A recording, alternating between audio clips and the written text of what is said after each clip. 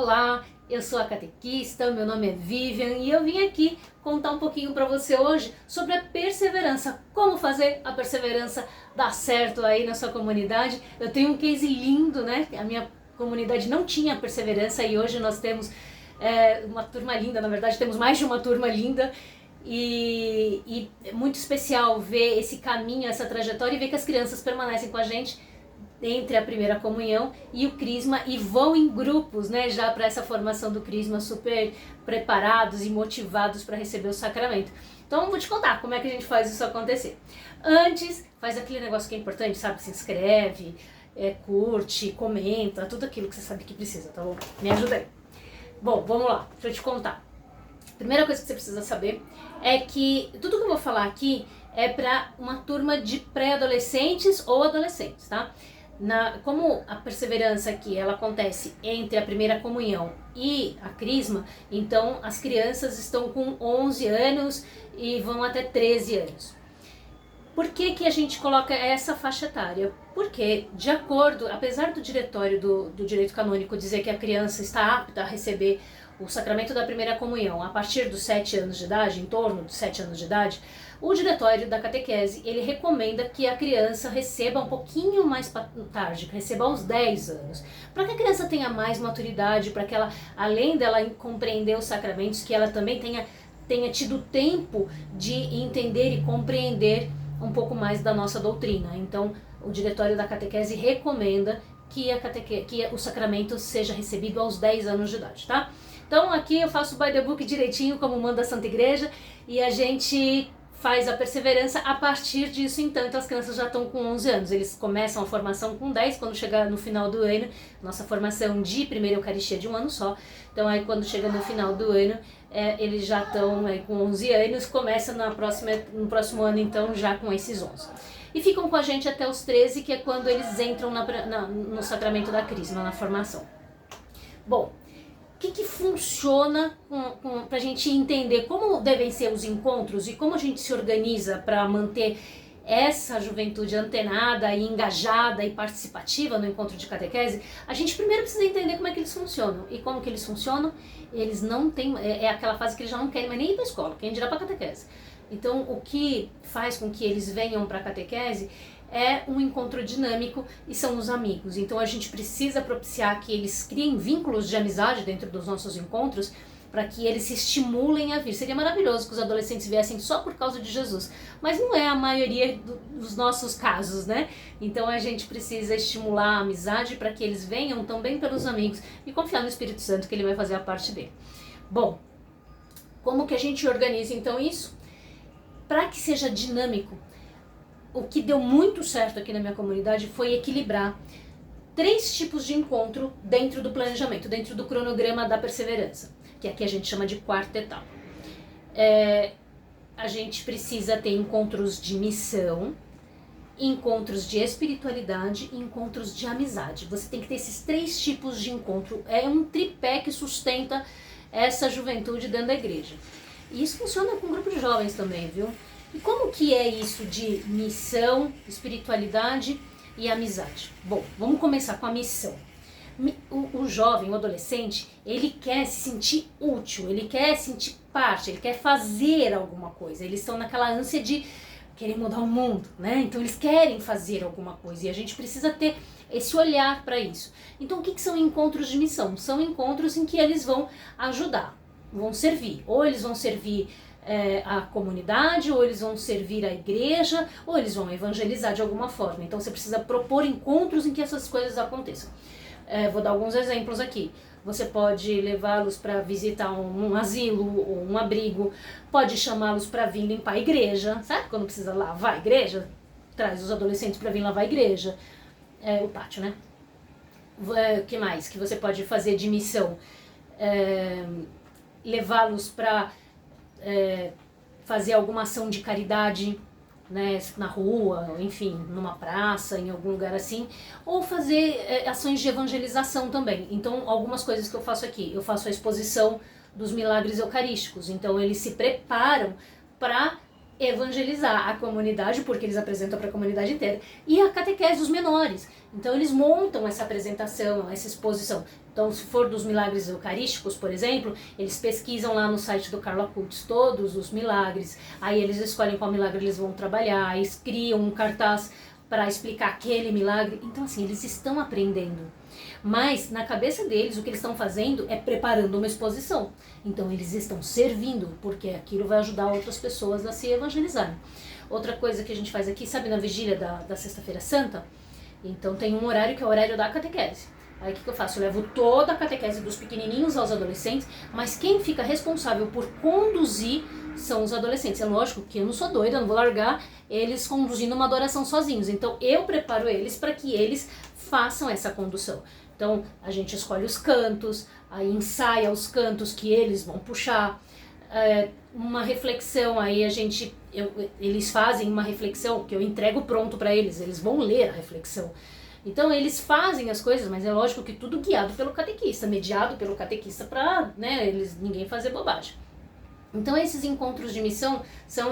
outra coisa legal que eles fazem também, a gente sai com a procissão de ramos e a gente leva todas as crianças da catequese. Então o que a gente faz? A gente coloca a perseverança, que já são os adolescentes, né, que são maiorzinhos. A gente coloca eles em volta, num anel que eles seguram num tecido assim, e a gente coloca os pequenos dentro desse anel. Então eles têm a responsabilidade de cuidar das crianças. Na verdade, eles vão dentro do anel junto também, segurando esse tecido, os catequistas vão por fora. Então eles estão tão seguros quanto todas as outras crianças, mas a responsabilidade de segurar esse anel é da perseverança, dos adolescentes. Então eles super curtem esse movimento.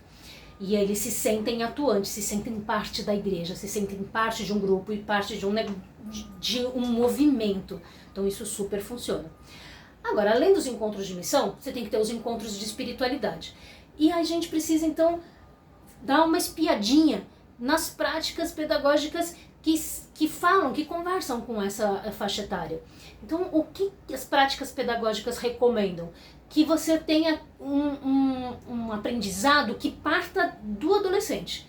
Porque se você der uma aula, né, expositiva, a gente não dá aula, a gente dá encontro. Mas se você fizer uma coisa que seja só expositiva, um monólogo, onde só você fala e você faz algumas perguntas, eles perdem o interesse. Agora, se eles tiverem alguma coisa para fazer, uma atividade, uma reflexão, que eles tiverem um debate, que eles comecem a propor perguntas e soluções e eles comecem a ter dúvidas, aí sim eles param para te ouvir. Então a gente precisa fazer um encontro invertido. Em vez de você ser o protagonista desse encontro para fazer a mediação entre Jesus e o seu catequizando, quando você chegar nessa faixa etária, a gente faz ao contrário. A gente entrega a autonomia, o protagonismo para o nosso catequizando, para que na hora que ele está ali tentando chegar a Jesus, ele tenha um interesse e aí você consegue fazer a mediação. Isso funciona muito melhor. Por quê? Alguns temas, eles já viram outros anos e você não pode deixar de falar. Então, por exemplo, Quaresma. Não dá para presumir que porque ele fez a primeira Eucaristia o ano passado, ele recebeu já o sacramento, ele já aprendeu sobre Quaresma, ele sabe sobre Quaresma. Ele até sabe, mas um pouquinho, né? Às vezes a gente conversa com um catequizando nosso, aí você fala, Senhor do céu, onde é que você estava? Eu te ensinei isso, por que você não aprendeu? Porque não memoriza tudo, né, de uma vez. Então a gente parte do princípio que algum conhecimento ele já tem, e aí a gente vai propor novos conhecimentos através da aplicação daquilo que ele sabe. Então vamos dar um exemplo aqui com o encontro sobre Quaresma, o encontro que eu preparei para esse ano.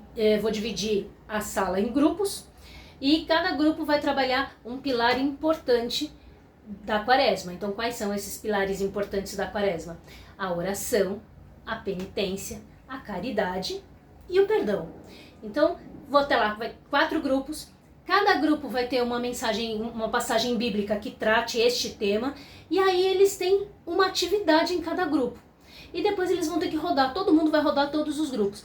Então eles vão ter que ler a passagem bíblica, eles têm uma atividade para fazer com aquela passagem bíblica, e aí nessa atividade eles vão ter dúvidas. Então você vai esclarecer a dúvida aqui, então você catequiza aqui, você catequiza aqui. É um movimento de encontro, uma dinâmica de encontro diferente, completamente diferente do que a gente está acostumado até a primeira Eucaristia e não precisamos mudar nada lá para trás. É que eles estão numa outra fase e eles já têm algum conhecimento, então a gente vai partir disso. Bom, além desses encontros que a gente tem que trabalhar todo ano, o recomendável, né, quando você olha o IVC, que é a diretriz da nossa igreja, de como a gente deve conduzir a catequese como um todo, a gente vê que a última etapa é a vivência da nossa fé, né? Então, como que a gente aplica a nossa fé dentro do nosso dia a dia, dos desafios que a gente tem em cada época que se vive. Então, tem muitos livros, eu vou deixar aqui na legenda a sugestão de alguns deles, muitos não, vai ter alguns livros e eu vou deixar a sugestão aqui na legenda, de livros que já estão direcionados para essa faixa etária e que traz os dilemas da vida deles, assim. Então, fala sobre amizades tóxicas, fala sobre bullying, fala sobre namorar, fala sobre as relações com os pais. Então, esses assuntos que envolvem, né, a vida deles, já com uma proposta de leitura orante, uma base teológica. Então, tem alguns livros de perseverança que já estão nessa proposta invertida, mas que parte daquilo que eles estão vivendo para trazer, no fundo, olha só, então você vive isso, música, por exemplo, tem um encontro de um desses livros que fala sobre música, né? Então eles estão acostumados com essa música do mundo, que algumas são assustadoras. Então ele fala assim, ó, mas por que você curte? O que tem nessa música? Então, e aí ele vai te conduzindo e vai te trazendo, fala, o salmo é música também, a gente tem música de louvor, a música abre um canal da graça, conduz a oração. Então assim, você parte do mundão, que é o que eles têm de contato na escola, com as pessoas que eles frequentam, e aí vai trazendo eles vai os trazendo, né, falei errado, vai os trazendo para esse contexto da verdade que a palavra nos traz. Então é super legal, os encontros de espiritualidade são fundamentais e eles completam essa coisa da missão. Então a gente tem a missão e a gente tem a espiritualidade. E para fechar com chave de ouro, a gente tem que ter encontros onde o objetivo é a amizade. E aí não fica com aquela coisa assim, ai meu Deus, mas eu vou brincar com os meus catequizandos, vou marcar um encontro de passeio. Isso não é encontro, gente. A gente não pode partir desse sentimento ou desse pensamento, porque o adolescente, ele precisa, o pré-adolescente, o adolescente, ele precisa do convívio social. Então é importante que a gente proporcione isso para que eles criem vínculo, e é isso que vai fazer eles ficando e chegar no crisma junto. Então a gente precisa ter esses encontros. E aí pode ser um passeio, pode ser, hoje tem muitos jogos, e aí eu sou meio, como é que fala? Eu para falar disso, né, tem uma loja de brinquedos, então eu sou apaixonada por brinquedos católicos. Tem vários jogos que são super legais para você propor ali uma brincadeira onde eles estão aprendendo alguma coisa, estão dentro do contexto católico, mas estão se divertindo e estão ali pela amizade. Então esses encontros de amizade vão ser encontros assim, ou encontros de puro passeio, ou um cine pipoca na paróquia. São encontros para mantê-los juntos e fazerem amizade, simples assim. Gente, a gente precisa saber o seguinte, a gente precisa que os jovens fiquem na igreja. Se eles estiverem na igreja, o Espírito Santo vai fazer a parte dele, a gente tem que confiar nisso. Então vamos dar essa oportunidade para o Espírito Santo trabalhar e vamos trazer esses jovens para a igreja e vamos, né, trabalhar com eles aqui, trazendo um pouquinho dessa espiritualidade, sem moralismo, sem preconceito, mas mostrando para eles, partindo do mundo deles e trazendo a verdade para a gente ir conquistando esses corações, que são a igreja do futuro. A gente está aqui preparando a igreja do amanhã. Então, espero que você consiga fazer aí uma boa condução desse seu grupo. Aqui na minha paróquia tem sido um sucesso, eu estou super feliz com o resultado que a gente está tendo. Se você quiser conversar comigo, tirar dúvida, me chama lá no Instagram. Eu demoro às vezes um pouquinho, mas eu respondo todo mundo. E eu estou preparando uma plataforma onde eu vou conseguir propor vários desses encontros, e aí vai ficar muito mais fácil para você pegar o encontro, já ter tudo, né, meio preparado ali, para você conseguir aplicar, vai ser mais simples. Estou me organizando para isso e logo eu volto com novidade para vocês. E eu estou sempre postando dicas no Instagram, então se você veio de lá, continua me seguindo lá também. Se você me descobriu por aqui agora, você vai lá e me segue, a Catequista. E tem o meu site também, onde você vai encontrar jogos e você vai encontrar muito material PDF gratuito também que eu disponibilizo por lá, tá? Conto com você dar essa caminhada junto comigo pra gente andar junto, tá bom? Até lá, tchau, tchau.